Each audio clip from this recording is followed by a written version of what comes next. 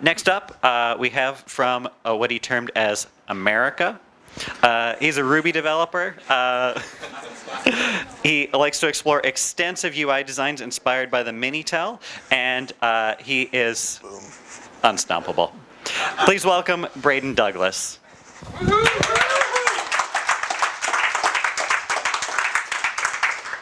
Yeah, I mean, coming from America, I absolutely need to have something with Trump in it, and I'm actually really sad that some of the rest of the people have not had Trump-inspired slides. That's really kind of a letdown. Okay, going forward. I actually forgot what my CFP was called, but I know it wasn't this. But it's going to be kind of like this. So basically the talk is called Empathy, Meet Happiness, and API. It's kind of a working title, I guess. Basically, it's just going to be a bunch of feelings. So if you guys are not on board with feelings this morning, it's not going to hurt my feelings if you just walk out. So why am I here? I really don't know. But what I do know is every day I sit down and I answer questions about the Solidus API that I answered yesterday.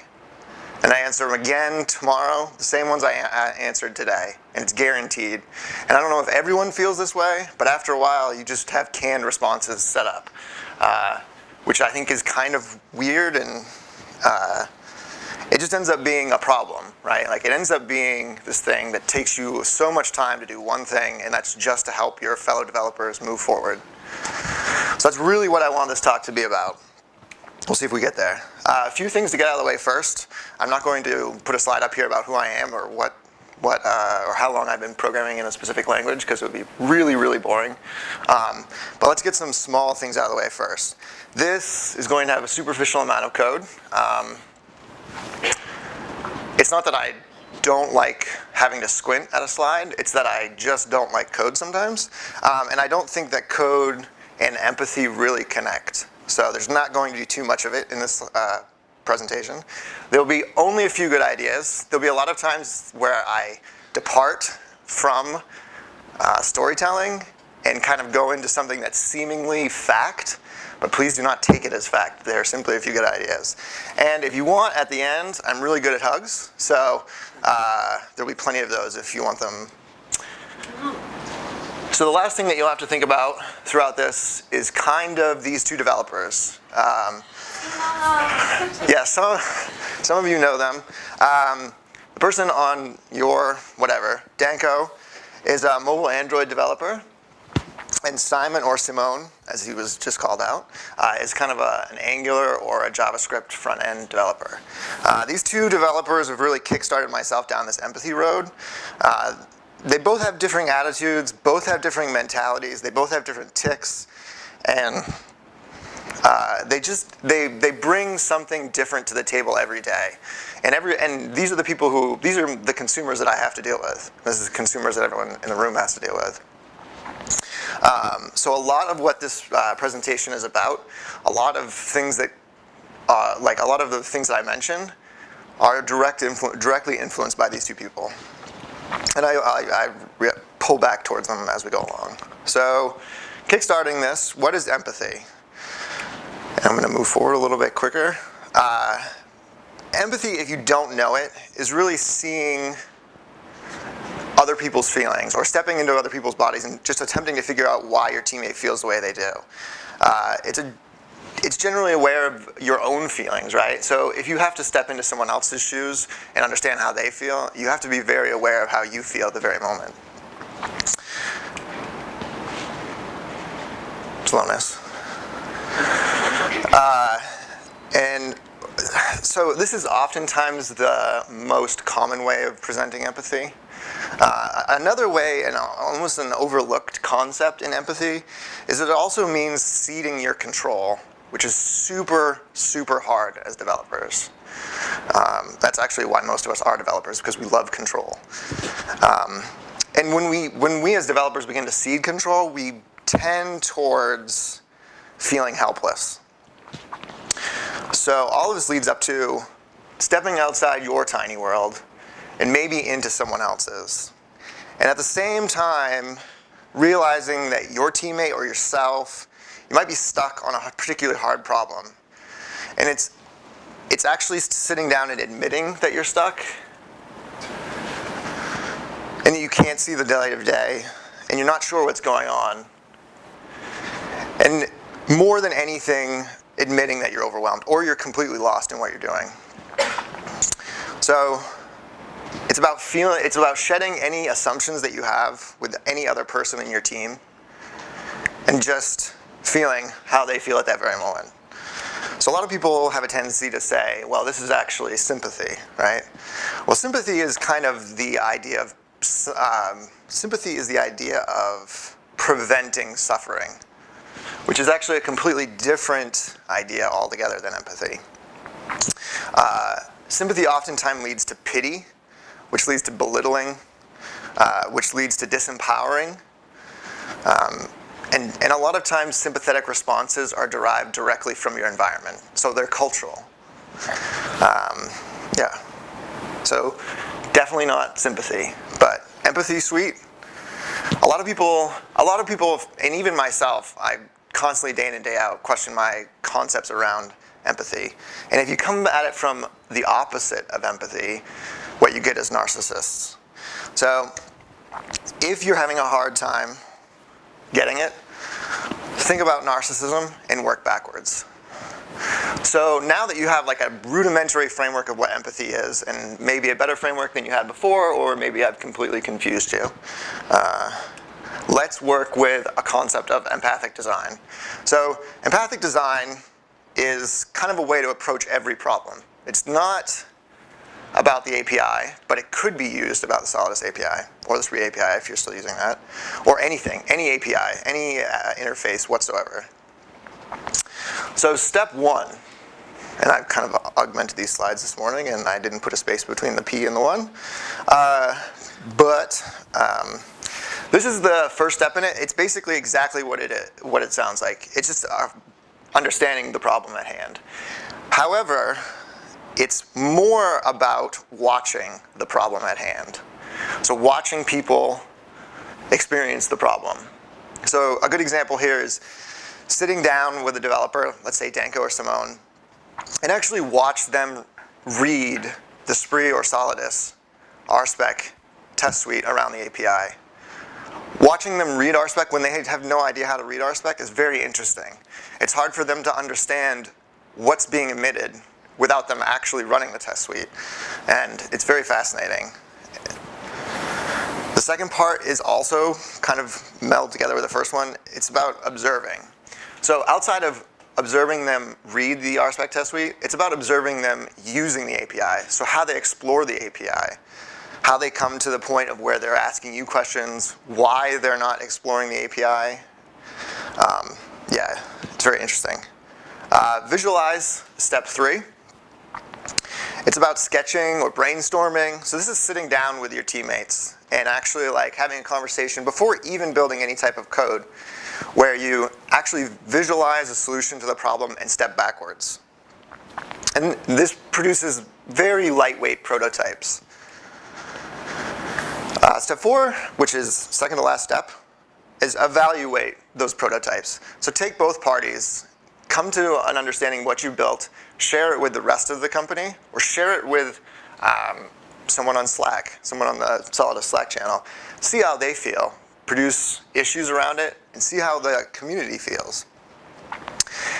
And the final step is actually implementation. So build it. What's funny is like this is the first step that developers start at. We never start, and I always said I would never go back through my slides, but I'm going to a lot today. We never start at the listening step. We never watch people, or we rarely watch people. I rarely watch people. And I've begun to do this with, especially Danko now that I'm working with him a little bit more closely than Simone. And he is a person who's very gregarious and very large. He's an amazing developer in his own right. And to see what he can do with Java, it amazes me. But understanding and watching him has been so key to this very last step. I might have clicked it so many times. Yeah, the implementation step. And there's no way, now that I've kind of played with this framework of thinking around, especially API development, would I ever start at this step again? It's just, it's what I've built and what I give them versus starting at step one and going all the way down this has been way more, I haven't had to rewrite a line of code in the API or in any type of wrapper for the API, taking these steps. So it's been really, really liberating. And answering one question that's remembered. Like not having to answer the same question day in and day out. It's really, really fascinating. So there was some mention of happiness in my first slide. And there was a lot of mention of happiness throughout this entire conference talks. Brian's talked about it. Everyone talked about it yesterday.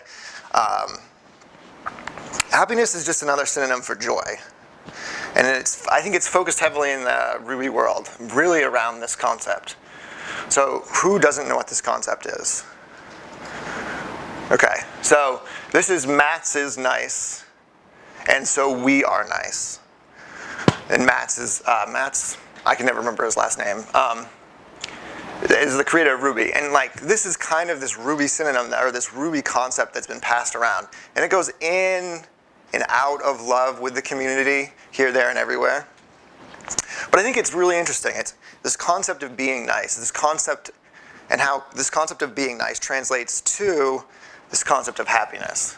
And maybe there's some space for this.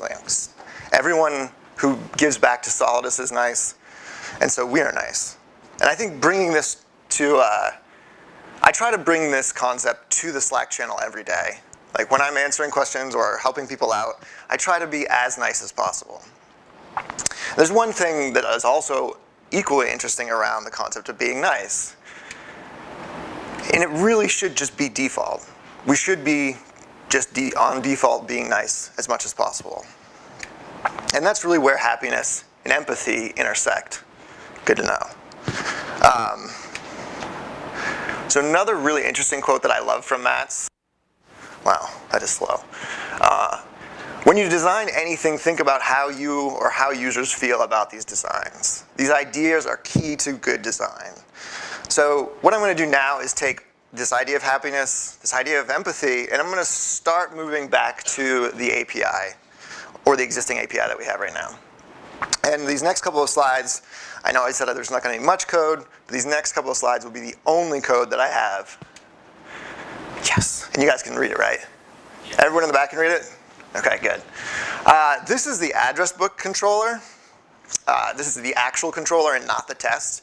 So this might be something that someone stumbles upon and is trying to deal with the address book. For a Rails update method, this is extremely concise. It's extremely terse. And there's the block of comments above is not required, obviously, but it's really well laid out. There's a very clear set of valid and invalid states. There's documentation of the return, of the params that it takes. And it's just really well thought out. Extremely well thought out, actually. And I didn't get blameless, so.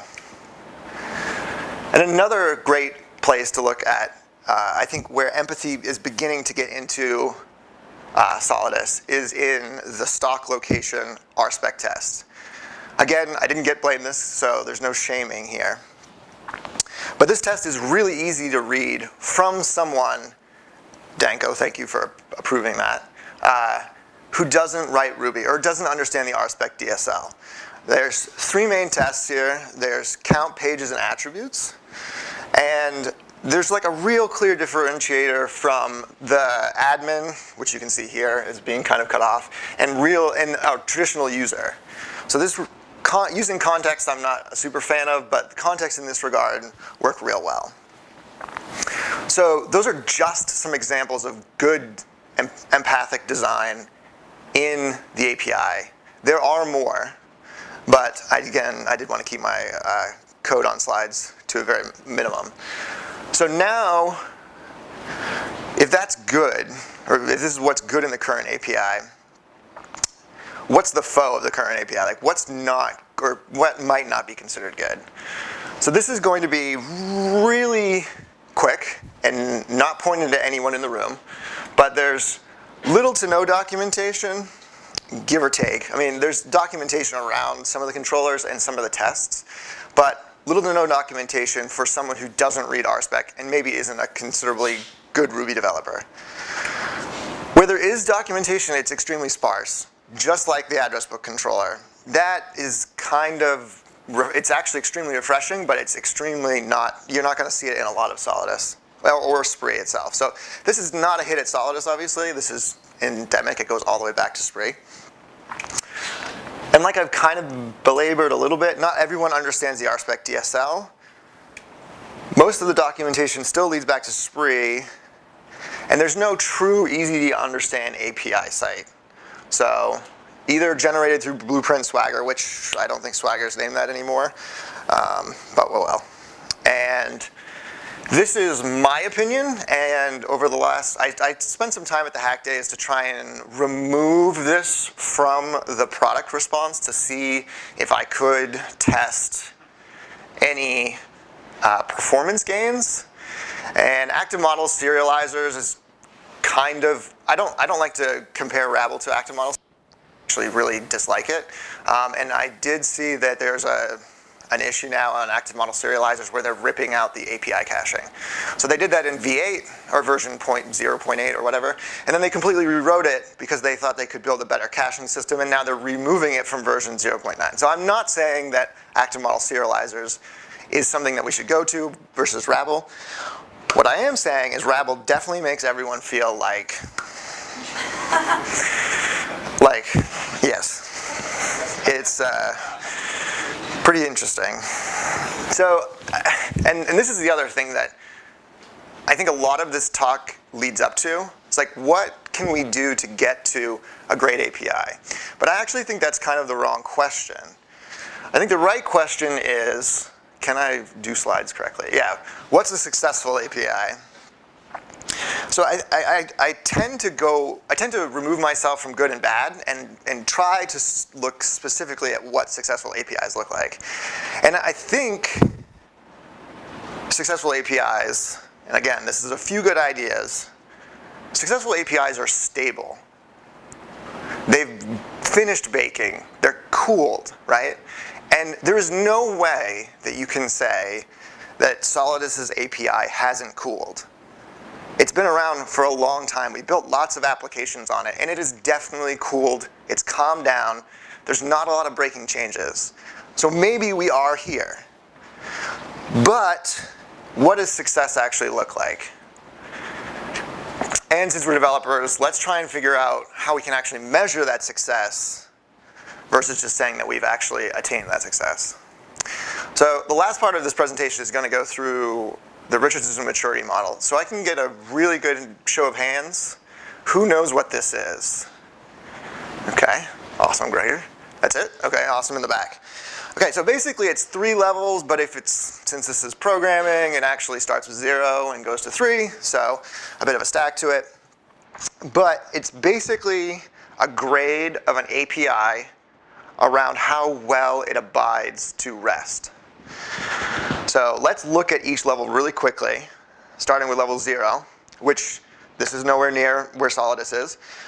This is basically remote procedural spaghetti. And some people call it swamppox, which stands for a swamp of plain old XML. And I'd never heard that term until actually looking this up. But it ends up being an API with mixed endpoints. Some are REST, some maybe of something completely different. There's no serialization, there's no spec, there's no nothing.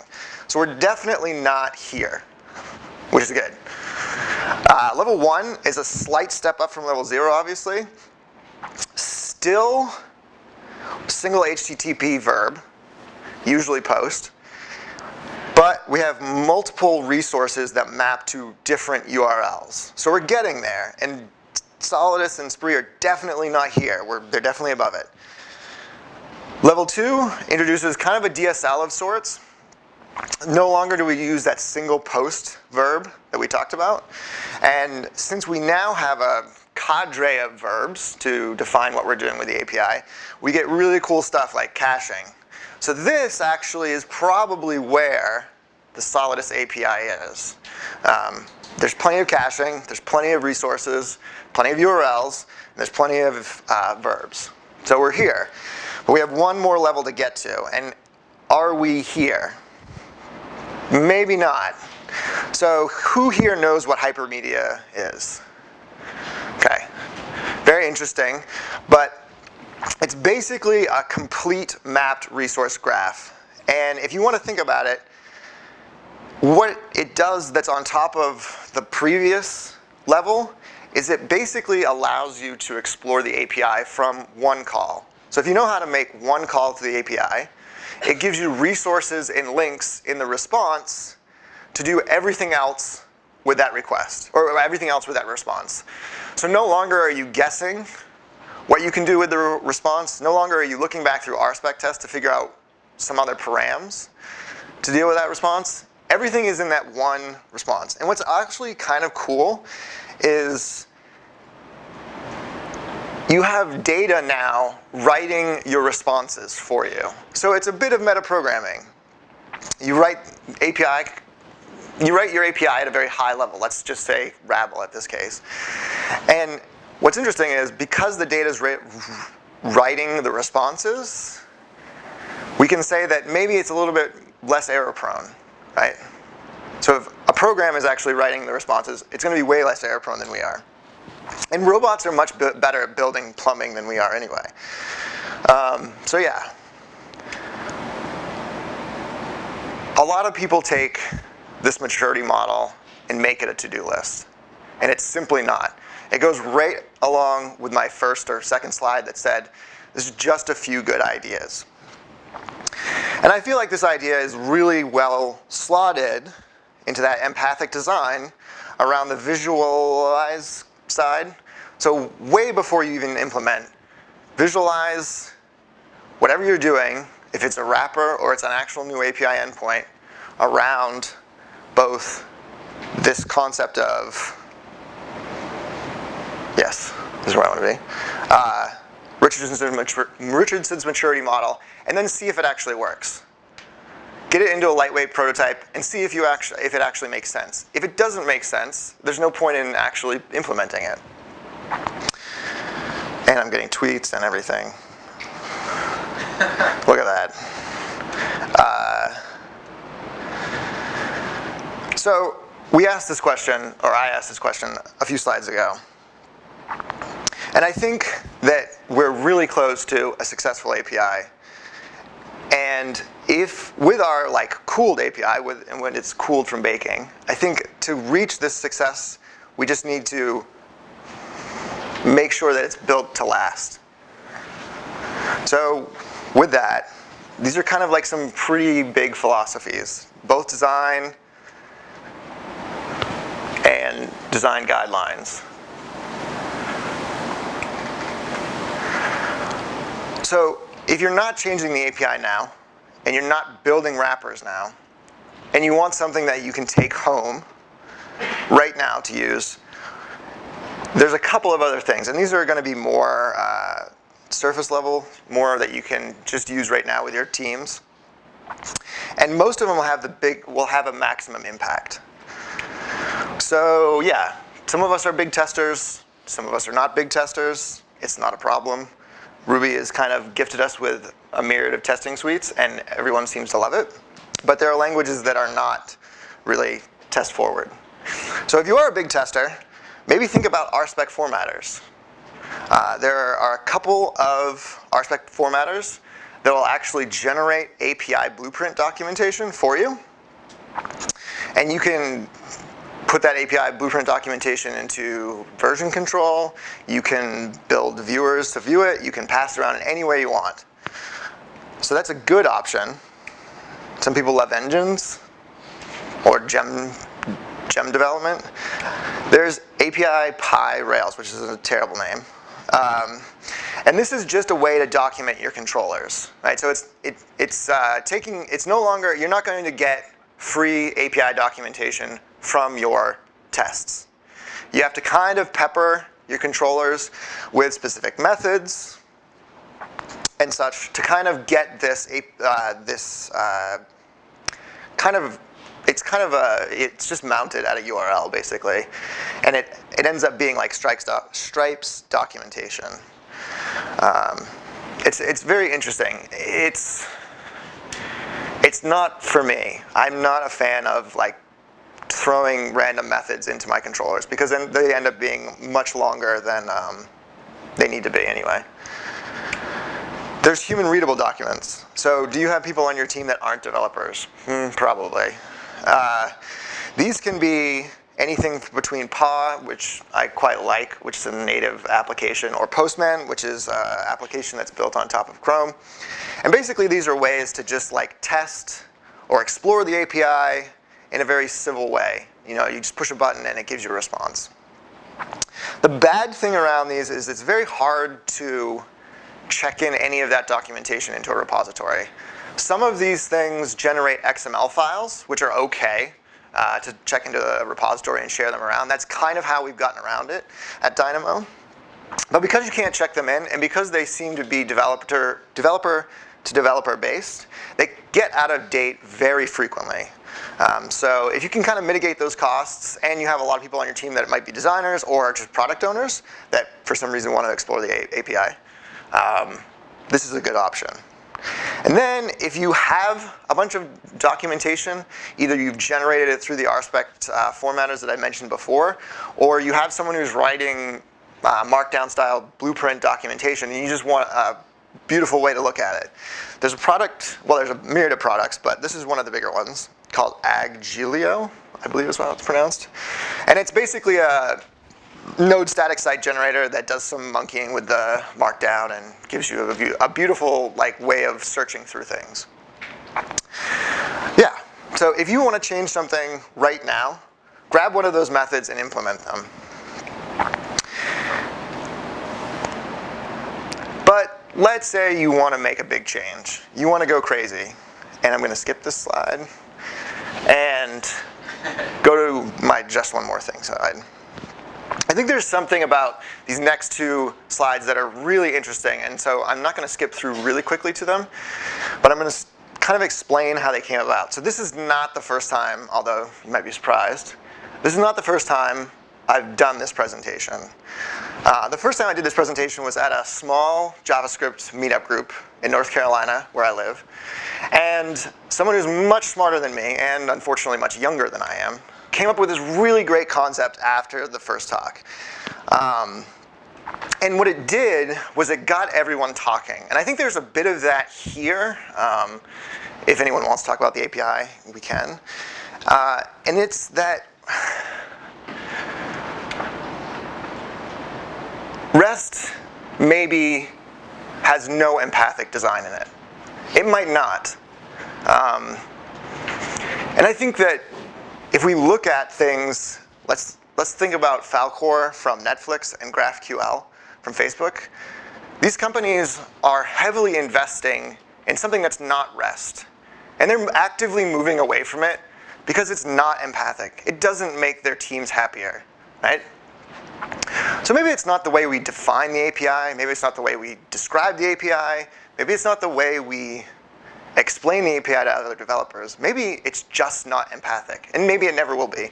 And it was a fascinating thing to think about, and I threw it in this slide. So, with a recap coming in, I have two quotes. And in my past life, I didn't mention it at the beginning, but I'll mention it now. I started out as a Python programmer, and then I quickly moved to Perl. But the people from the Python community really interest me, still, to this day. And one of the heroes from that community, especially in the past, his name's Ed Finkler. And he's definitely one of my many programming heroes. And I also think that if you don't have a programming hero, it's probably one of those good things to get. But these are two really good quotes from him, and I apologize, I will read off these slides. So empathy is your most important skill. Practice it with everyone you interact with, and everyone who interacts with your work, more importantly. And the last one is, make people's lives better with your skills. Above and beyond, make people's lives better.